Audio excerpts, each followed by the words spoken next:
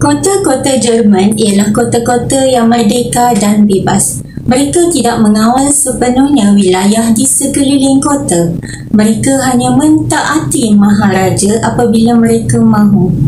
Mereka tidak takutkan maharaja dan mana-mana penguasa di sekeliling mereka. Mereka mengukuhkan kota mereka sehinggakan ramai orang melihat sukar untuk menguasainya. Can you see the light? Hai, Assalamualaikum warahmatullahi wabarakatuh. Anda bersama saya di saluran YouTube Nur Samila Samsudin. Okey, tadi apa yang saya baca merupakan sebahagian daripada isi kandungan buku Sang Penguasa atau tajuk asalnya The Prince. Okey, karya ini merupakan karya Niccolo Machiavelli yang telah dikarang dan diterbitkan 500 tahun yang lalu.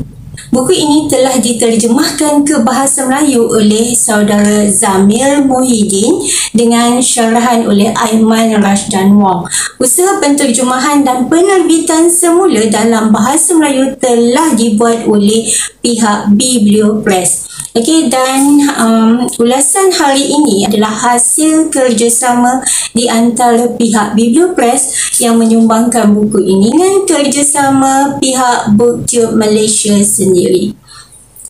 Apa yang menarik tentang Sang Penguasa atau judul asalnya The Prince? Kerana buku ini merupakan karya agung, walaupun ia telah diterbitkan 500 tahun yang lalu, tetapi sehingga kini masih lagi dijadikan sebagai rujukan oleh para pemerintah dunia. Siapakah Niccolo Machiavelli selain dirinya sebagai seorang pengarang buku The Prince atau Sang Penguasa?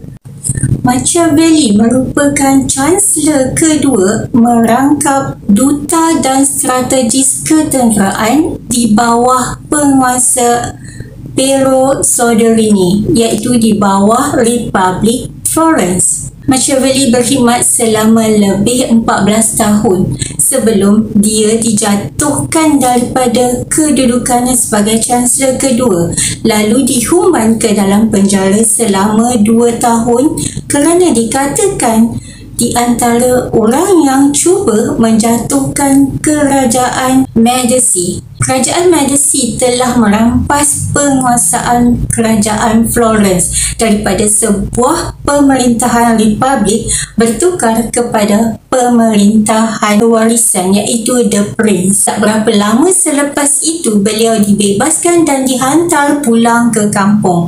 Keadaan kehidupan Machiavelli berubah. Dan semenjak itu, beliau memulakan kepengarangannya dan terhasillah 2 buah karya, iaitu The Prince dan satu lagi Discourses.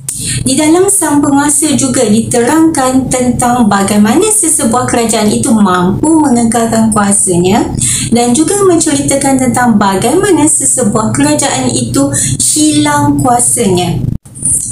Apa yang dapat saya kongsikan di sini, pemahaman saya sewaktu membaca Sang Penguasa, sebagai seorang penguasa ada beberapa perkara yang perlu mereka perhatikan. Satu, mereka kena tahu corak pemerintahan penguasaan mereka. Yang kedua, mereka perlu tahu kekuatan ketenteraan mereka, dan sekiranya ketenteraan di bawah penguasaan mereka lemah, bagaimana mereka nak atasi perkara itu. Adakah mereka memerlukan tenaga tentera bantuan atau tentera upahan? Di antara tentera sendiri, tentera upahan dan tentera bantuan ada kekuatan dan kelemahannya. Ramai yang jatuh kerana mereka gagal menguasai bidang ketenteraan itu sendiri. Bila kita menjadi sebuah kuasa yang besar dan kita melihat ada ancaman di dalam pemerintahan kita, sama ada seseorang atau sekumpulan orang, Machiavelli mencadangkan bahawa kelompok tersebut perlu dihapuskan. Memang agak kejam, tetapi itu adalah salah satu cara bagi mengekalkan penguasaan. Sekiranya kita membiarkan kelompok-kelompok tersebut terus menggugat kedudukan penguasaan kita, maka satu hari memang kita akan jatuh. Lebih-lebih lagi jika kita tahu kemampuan mereka melebihi kemampuan kita sendiri. Selain daripada faktor ketenteraan, di dalam buku Sang Penguasa juga menjelaskan bahawa penjagaan atau ambil berat, ambil tahu tentang keadaan rakyat juga amat penting dalam pengekalan kuasa. Rakyat kalau hidupnya aman, cukup, mereka tidak akan memberontak. Salah satu contoh ialah kerajaan Turki yang mana penguasanya dapat memenangi hati rakyat dan rakyat sangat setia berpegang teguh kepada penguasa mereka. Jadi bila pihak luar cuba untuk masuk, ia menjadi sangat sukar kerana mereka perlu berhadapan dengan rakyat yang begitu taat setia. Berbeza dengan beberapa kerajaan lain yang mana bila rakyatnya berada dalam keadaan yang membantah sendiri terhadap penguasaan, maka rakyat tersebut memikirkan untuk mendapat penguasaan baru. Jadi bila ada anasir luar yang cuba masuk, mereka mungkin boleh bersekongkol dengan anasir tersebut, apatah lagi bila mereka diberikan rasuah. Di sini kita dapat melihat bahawa penguasa perlu juga menguasai rakyatnya. Untuk menguasai ia bukan mudah, tetapi untuk mengekalkan penguasaan juga lebih susah. Di dalam buku Sang Penguasa ini juga dijelaskan ada dua jenis penentangan. Satu adalah komplot, yang kedua adalah secara terbuka. Undang-undang salah satu cara penguasa mengawal, mengekalkan penguasaannya. Sebenarnya sebab tu saya baca bukunya sehingga habis, saya mengambil masa agak lama juga. Saya rasa kagum juga dengan Machiavelli ni sebab dia boleh nampak kekejaman setiap seorang penguasa pada satu-satu kerajaan tersebut. Okay, daripada orang agama, daripada orang politik, daripada kerajaan beraja, bangsawan ya. Dan bila dia dapat tahu semua tu, bila dia nampak semua perkara tu, ia sebenarnya sesuatu yang amat menyakitkan. Buku ini walaupun ditulis seolah-olah macam mengajar kita kekejaman, tetapi sebenarnya untuk memberi amaran awal apabila kita menjadi penguasa, bagaimana nak mengelakkan kita daripada berdepan dengan orang-orang yang kejam. Secara keseluruhannya, buku ini mendedahkan kepada kita banyak perkara, iaitu bukan sahaja tentang corak pemerintahan penguasa, tetapi dia juga mendedahkan kita kepada siapa penguasa tersebut dan bagaimana sifat sang penguasa itu sendiri. Buku ini membantu kita mengetahui corak penguasaan kerajaan-kerajaan besar dan bagaimana kejatuhan mereka. Okay, bukan sahaja dengan kebijaksanaan kita memerintah orang, tetapi kita juga sebagai sang penguasa perlu bijak mengatur strategi bagi mengekalkan penguasaan jangka panjang. Okay, banyak perkara yang perlu kita ambil perhatian. Bukan sahaja corak pemerintahan, tetapi juga cara memenangi hati rakyat. Begitu juga dengan pengukuhan ketenteraan.